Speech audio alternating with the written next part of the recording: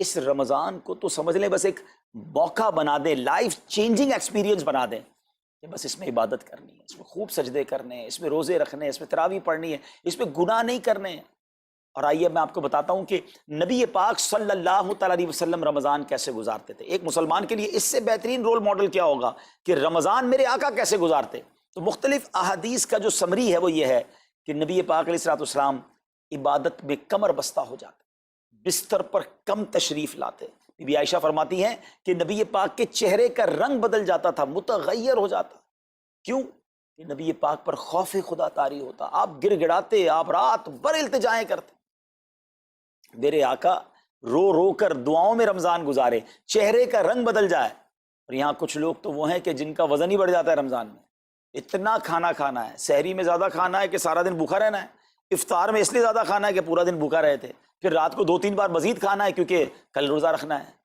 تو رمضان food festival نہیں ہے، رمضان عبادت کے لیے آیا ہے۔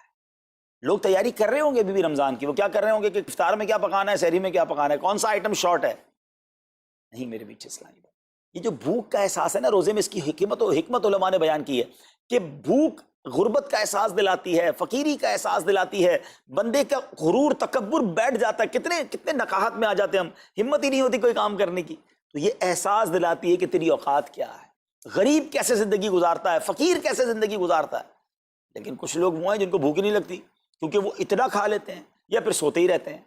روزے کی حکمت یہ نہیں ہے، نبی پاک آنسو بہاتے تھے، آقا کا چہرے کا رنگ بدل جاتا۔ اور پھر بتایا کہ رمضان میں جب جبریل امین نبی پاک علیہ الصلوۃ والسلام کے پاس آتے تو آقا علیہ الصلوۃ والسلام ان کے ساتھ قرآن پاک کا دور فرماتے۔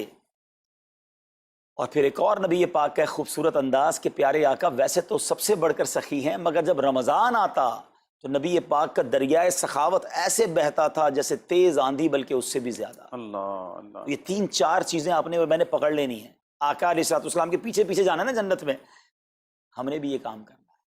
یہ راتیں مانگنے کی راتیں ہیں، التجا کرنے کی راتیں، سجدے کرنے کی راتیں ہیں۔ ہمیں تہجد بھی پڑھنی ہے، ہمیں انشاءاللہ نوافل بھی پڑھنے ہیں، اور کم از کم قرآن ایک بار تو پورا انڈرسٹینڈ تو کریں نا۔ تلاوت، ترجمہ، تفسیر کب کریں گے؟ بڑی بڑی ڈگریاں ہیں، بڑے بڑے پاسپورٹ اور جناب بہت سارا سرمایہ ہے، مگر ایک بار بھی قرآن پورا ترجمے اور تفسیر سے نہیں پڑھا ہوگا۔ بہت سارے لوگ ایسے ہیں، ذرا سوچئے نا۔ اچھا یہ مہینہ نزول قرآن کا مہینہ ہے، رمضان اور قرآن کو جو خاص نسبت حاصل ہے نا، تو اس مہینے میں قرآن کو پکڑ لیں۔ ہائے ہائے، اللہ کرے رمضان قرآن کے ساتھ گزرے، ہماری صبح قرآن کے ساتھ ہو، ہماری شام قرآن کے ساتھ ہو، ہم قرآن سمجھنے والے بن جائیں۔ اچھا میں ایک اور بات بتاؤں آپ کو، مہینہ کتنا پیارا ہے۔ صرف اس مہینے میں قرآن نازل نہیں ہوا، باقی بھی جو 3 آسمانی کتابیں ہیں نا، زبور، انجیل، توریت، یہ بھی رمضان میں ہی نازل ہوئی ہیں۔ اللہ کریم نے ان تمام مبارک کتابوں کو نازل کرنے کے لیے رمضان کا مہینہ منتخب فرمایا۔ اتنا مبارک مہینہ ہے تو ہمیں خوب اس میں تلاوت قرآن کرنی۔ اور اب دعوت اسلامی نے کتنا آسان کر دیا، تفسیر قرآن عطا فرما دی، صراط الجنان آسان اردو میں، اور پھر جناب اس کو اپلیکیشن پر بھی دے دیا، اس کے PDF بھی جاری کر دیے، ڈاؤن لوڈ کر لیں موبائل میں۔ اب تو آڈیو تفسیر قرآن بھی آپ کو دے دی۔ اگر پھر بھی سنیں نہ، پڑھیں نہ، قرآن سے دور رہیں تو یہ ٹھیک نہیں ہے۔ پلیز اس رمضان کو قرآن کے ساتھ گزاریے۔ اور پھر جو نبی پاک کا یہ جو سخاوت والا انداز ہے نا، صدقہ و خیرات کرنا، ہر سائل کو عطا فرماتے، تو یہ بھی ہمارا ایٹیٹیوڈ ہونا چاہیے کہ خوب دل کھول کر خرچ کریں۔ سب سے پہلے اپنی پوری زکوٰۃ ادا کریں۔ یہ اتنی بڑی اب بدقسمتی ہوتی جا رہی ہے، ایسا فیل ہوتا ہے دنیا بھر کے تاجران اور لوگوں سے جب ہم ملتے ہیں کہ جس طرح رمضان کے علاوہ بہت تھوڑی تعداد میں مسلمان نماز پڑھتے ہیں نا 5 ٹائم، ایسا لگتا ہے اب زکوٰۃ بھی بہت کم لوگ ہی دیتے ہیں، پوری زکوٰۃ نہیں دیتے، اندازے سے نکال دی، کیلکولیشن کرتے نہیں ہیں۔ اور یہ بھی فیلنگز آتی ہیں کہ زکوٰۃ جتنی بڑھتی جاتی ہے نا، ہزاروں میں جس کی زکوٰۃ ہے وہ دے دیتا ہے، لاکھوں والا بھی شاید دے دیتا ہے، لیکن جب زکوٰۃ ہی کروڑوں میں پہنچ جاتی ہے نا، تو پھر یہ دل پر بھار پڑنا لگ جاتا ہے، ڈیفیکلٹ لگنا شروع ہو جاتی ہے۔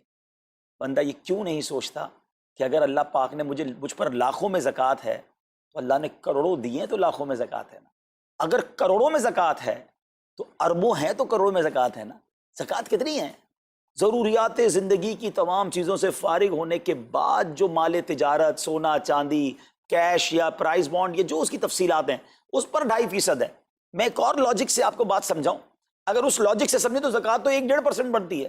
وہ کیسے؟ ہم سب کے گھر نکل گئے، اس پہ زکوٰۃ نہیں ہے۔ ہماری گاڑیاں نکل گئیں اس پہ زکوٰۃ نہیں ہے، جن کی فیکٹریاں ہیں وہ فیکٹریاں بھی مائنس کر دی گئیں، جن کی دکانیں ہیں وہ دکانیں بھی مائنس ہو گئیں. اچھا جناب اس کے علاوہ اگر کرائے پہ کچھ پراپرٹی دی ہوئی ہے اس پر زکوٰۃ نہیں ہے. اگر ان سب پر زکوٰۃ ہوتی، یعنی جو کچھ میرے پاس ہے ان سب پر ہوتی تو کتنی زیادہ ہو جاتی، اور اتنی ساری چیزیں نکل گئیں تو پھر تو اگر ٹوٹل پر لگائیں تو یہ 1.5% ہی بنتا ہے. تو اب جب سب کچھ نکالنے کے بعد تھوڑے سے مال پر 2.5% ہے اور بھی سال میں ایک بار ہے، تو اس کو بھاری نہ سمجھیں، یہ بربادی ہے جو زکوٰۃ نہیں دیتے. یاد رکھیے گا حدیث پاک کا مضمون ہے کہ یہ مال کا میل ہے، جس مال سے مل جائے اس مال کو بھی برباد کر دیتا ہے. بربادیاں آتی ہیں، بے سکونیاں آتی ہیں، بیماریاں آتی ہیں، اور آگے جو دے دیتا ہے سبحان اللہ، اس کے بارے میں حدیث پاک میں آتا ہے کہ اپنی زکوٰۃ دے کر اپنے مالوں کو مضبوط قلعوں میں قید کر لو، اپنے مال کو سیکیور کریں. لوگ کہتے ہیں انشورنس ہونی چاہیے، آگ نہ لگ جائے، چوری نہ ہو جائے، ڈوب نہ جائے. اللہ کے حبیب علیہ الصلوۃ والسلام فرماتے ہیں، جس کا مضمون ہے کہ جب بندہ اللہ کی راہ میں خرچ کرتا ہے نا تو وہ صدقہ بندے کے ہاتھ سے نکل کر اللہ کے دستے قدرت میں چلا جاتا ہے، اور اللہ کریم تمہارے صدقوں کو پالتا ہے جس طرح تم اپنے جانور کے بچوں کو پالتے ہو. بچہ ہوتا ہے نا جانور کا، بڑا ہو جاتا ہے. فرمایا بندہ کھجور کا صدقہ دے گا اللہ پہاڑ جتنا عطا فرمائے گا، اس دن بھی ملے گا اور ملٹیپلائی ہو کر ملے گا. اچھا جو ادھر خرچ کیا ادھر کیا ملے گا؟ ادھر بھی نبی پاک علیہ الصلوۃ والسلام فرماتے ہیں جس کا مضمون ہے میں قسم کھا کر کہتا ہوں، یعنی نبی پاک تو جو فرمائے حق ہے. اس حدیث میں تو آقا علیہ الصلوۃ والسلام قسم اٹھا رہے ہیں کہ میں قسم کھا کر کہتا ہوں کہ اللہ کی راہ میں خرچ کرنے سے مال کم نہیں ہوتا، نہ ادھر کم ہونا ہے اور ادھر بھی ملنا ہے. تو پھر تو سودا اب کتنا نفع والا ہے. اور یہ آپ چیک کر لیں پوری دنیا میں جہاں مجھے سنا جا رہا ہے کہ جو لوگ پوری زکوٰۃ دیتے ہیں نا ان کا مال ملٹیپلائی ہوتا ہے، اگلے سال زیادہ زکوٰۃ دے رہے ہوتے ہیں. زیادہ زکوٰۃ کیسے ہو گئی؟ کیونکہ مال بھی بڑھ گیا. تو ادھر بھی بینیفٹ ہے ادھر بھی بینیفٹ ہے، نقصان کا سودا ہی نہیں ہے. پھر چاہتے ہو بلاؤں سے بچ جائیں تو روایتوں کا مضمون ہے کہ صدقہ بلا اور بندے کے بیچ میں آ جاتا ہے. بلا اترتی ہے صدقہ روک لیتا ہے، لڑائی کرتا ہے اس سے، اور بندے پر بلائیں اور پرابلمز اور ڈیفیکلٹیز آنے سے اسے روکتا ہے. تو اگر چاہتے ہیں کہ برائیوں کے دروازے بند رہیں، چاہتے ہیں کہ بری موت سے بچیں، چاہتے ہیں کہ رزق میں اضافہ ہو، چاہتے ہیں کہ بلاؤں سے بچیں، ادھر بھی مال میں اضافہ ہو ادھر بھی خزانے ملیں، تو اللہ کی راہ میں دل کھول کر خرچ کریں. اور یہ مہینہ it's the right month for generosity, یہ بہترین مہینہ ہے سخاوت کرنے کا، کیونکہ نبی پاک کا یہ انداز تھا کہ رمضان میں خوب سخاوت فرماتے. تو غریبوں کی مدد کریں، ایسی مدد کریں کہ چہروں پہ مسکراہٹیں آ جائیں، لوگوں کے دسترخوان اچھے ہو جائیں، ان کے گھروں میں بھی کچھ اچھے کھانے پہنچ جائیں. اور اس میں سب سے بہترین طریقہ یہ ہے کہ اپنے غریب رشتہ داروں کو آپ مدد کریں. اگر وہ مستحق ہے نا زکوٰۃ کے تو حق ہے کہ سب سے پہلے اپنے غریب رشتہ داروں کو دیں. پھر زکوٰۃ بچ جائے تو عاشقان رسول کی عظیم الشان بڑی تحریک دعوت اسلامی آپ کے سامنے ہے جو دین متین کی خدمت کر رہی ہے. جامعۃ المدینہ ہیں، مدرسے ہیں، بچے اور بچیاں عالم بن رہے ہیں، عالمہ بن رہے ہیں، حافظ بن رہے ہیں، ناظرہ قرآن، اور ان سے کوئی فیس بھی نہیں لی جا رہی. ہزاروں بچے فری آف کاسٹ ہمارے پاس ایکوموڈیشن رکھے ہوئے ہیں جن کو کھانا پینا رہنا دعوت اسلامی نے دینا ہے. آپ ذرا سوچئے یہ امت کی کتنی بڑی خدمت ہے کہ علماء دینا، حافظ قرآن، مسجدوں کے امام یہاں سے پروڈیوس ہوتے ہیں. اور پھر آگے چلیں تو دعوت اسلامی نے اسلامک میڈیم اسکول بنائے دارالمدینہ، پھر سال کی 600 کے قریب مسجد دعوت اسلامی بناتی ہے. میڈیا کے ذریعے جو بے حیائی پھیلائی جا رہی تھی تو مدنی چینل اردو، پھر مدنی چینل انگلش، پھر مدنی چینل بنگلہ. اب بچے مذہبی پروگرام اتنا غور سے نہیں دیکھتے تھے، وہ اپنے بچوں کے آئٹمز دیکھنا چاہتے تھے، تو گناہوں بھرے کارٹونز اور پروگرام سے اور پوئمز سے چھڑانے کے لیے Islamic poems, Islamic cartoons, Islamic بچوں کے پروگرام، تاکہ بچے بھی جو ہے وہ الحمدللہ بچے رہیں. اور اب اس کی کیا زبردست پاپولیرٹی ہے کہ آپ کڈز مدنی چینل کے یوٹیوب چینل پہ جائیں، ہمارا ایک ایک کلپ 10 ملین 12 ملینز میں دیکھا جا رہا ہے. تو کون دیکھ رہا ہے؟ وہ بچے جو گناہوں بھرے کارٹونز دیکھتے تھے اب الحمدللہ اللہ رسول کی باتیں وہاں سن رہے ہیں. پھر آگے چلیں تو دعوت اسلامی جناب یہ دینی کاموں کے ساتھ ساتھ جو ویلفیئر کے کام کر رہی ہے، غریب مسلمانوں کی امداد کا کام، زلزلے اور سیلاب زدگان کی ریسکیو کرنے کا کام، گونگے بہرے نابینا اور معذور افراد کی ریہیبلیٹیشن کا کام، تھیلیسیمیا کے مریضوں کو خون دینے کا کام، 26 لاکھ مسلمانوں کو دنیا بھر میں راشن، کھانا پانی صرف اس ایک سال میں دعوت اسلامی نے پہنچایا. تو یہ کمال کی آرگنائزیشن ہے. دیکھیں آپ دنیا کی بہت ساری این جی اوز کو جانتے ہوں گے، کوئی مدرسے چلاتا ہے تو مدرسے ہی چلاتا ہے، کوئی مسجد بناتا ہے تو مسجد ہی بناتا ہے، کوئی کھانا کھلاتا ہے تو کھانا ہی کھلاتا ہے، کوئی جناب غریبوں کی مدد تو وہی کام، کوئی ہاسپٹل تو ہاسپٹل.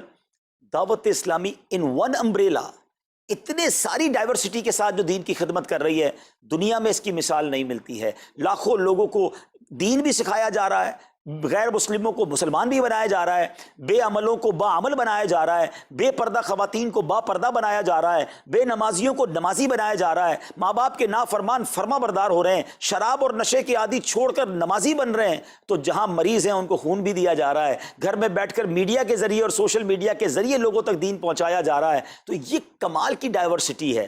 تو میں تو سچ بتاؤں، یہ جملہ کہا کرتا ہوں کہ میرے اور آپ کے پیسوں کا نصیب ہے کہ وہ دعوت اسلامی میں لگ جائے، تو یہ آپ آگے بڑھیے اور دین کے اس کام میں مزید حصہ ملائیے۔ خاص طور پہ فار ایسٹ میں آپ دیکھ لیں، کوریا میں، ہانگ کانگ میں، اور جناب یہ سری لنکا میں، تھائی لینڈ میں، ملیشیا میں، کتنے جاپان میں، کتنے ملکوں میں دعوت اسلامی کام کر رہی ہے اپنی اپنی بساط کے مطابق، اور لیکن ابھی مزید ادارے بنانے ہمیں، ان ملکوں میں بھی بنانے، ان ملکوں میں بھی آگے بڑھنا ہے۔ تو اگر آپ بھی چاہتے ہیں کہ میرے آقا کے عشق کا پیغام، سنت رسول کا پیغام، مسلک اعلیٰ حضرت کا پیغام، نبی پاک کے دین کا پیغام پوری دنیا میں پھیلے، تو وی ہیو ٹو سپورٹ دعوت اسلامی، نہ صرف فائنینشلی، پریکٹیکلی بھی ہمیں آپ بھی چاہیے، خود حصہ ملائیں نا۔ سیدنا عثمان غنی رضی اللہ تعالیٰ عنہ نے صرف مال نہیں دیا تھا، آپ پریکٹیکلی بھی نبی پاک کے ساتھ شریک ہوتے تھے نا، تو آپ اپنے عطیات بھی دیں، اور دنیا کے جن ملکوں میں آپ مجھے سن رہے ہیں وہ دعوت اسلامی والوں کے دستوں بازو بنے۔ کمزوری کہاں نہیں ہوتی، ہاں ہمارے گھر میں کمزوری ہوتی ہے، ہم سب مل کر کام کریں گے تو کمزوریاں بھی دور ہوں گی اور ترقی آ جائے گی اور ہمیں اس کا ثواب بھی ملے گا۔ تو آج میں دنیا بھر میں جہاں مجھے دیکھ رہے ہیں، پلیز اچھی نیتیں کریں۔ اچھا ایک بات اور سن لیں، ہم بعض اوقات کیا سوچتے ہیں کہ ہمارے ملک کا خرچہ مثال کے طور پہ $20,000 ہے، وہ ہم لوگوں نے کر لیا، اب اور چندے کی کیا ضرورت ہے؟ دعوت اسلامی کسی ایک ملک کی نہیں ہے، انٹرنیشنل دعوت اسلامی کے لیے سوچیں۔ دنیا میں جہاں بھی دین کا کام ہو رہا ہے وہ میرا ہے، یہ میں اپنے ملک اور اپنی سٹی کے بارے میں سوچوں گا تو شاید میں بڑا کام نہ کر سکوں۔ آپ کو تو موقع مل رہا ہے انٹرنیشنلی مدنی کاموں میں اپنا حصہ ملائیں، تو دعوت اسلامی کو دل کھول کر سپورٹ کریں۔ ہم انشاءاللہ جتنے عطیات بڑھیں گے انشاءاللہ مزید مدنی کام بڑھانے کا ارادہ رکھتے ہیں۔ اللہ کریم اپنی بارگاہ میں ہم سب کا جمع ہونا قبول فرمائے اور دل کھول کر خرچ کرنا نصیب فرمائے، اور اس رمضان کو ہماری مغفرت کا ذریعہ بنا دے، اس رمضان کو نبی پاک علیہ الصلوۃ والسلام کے نقش قدم کے مطابق چل کر گزارنے کی توفیق عطا فرمائے۔ صلو علی الحبیب صلی اللہ تعالی علی محمد صلی اللہ علیہ وسلم۔ میرے اعمال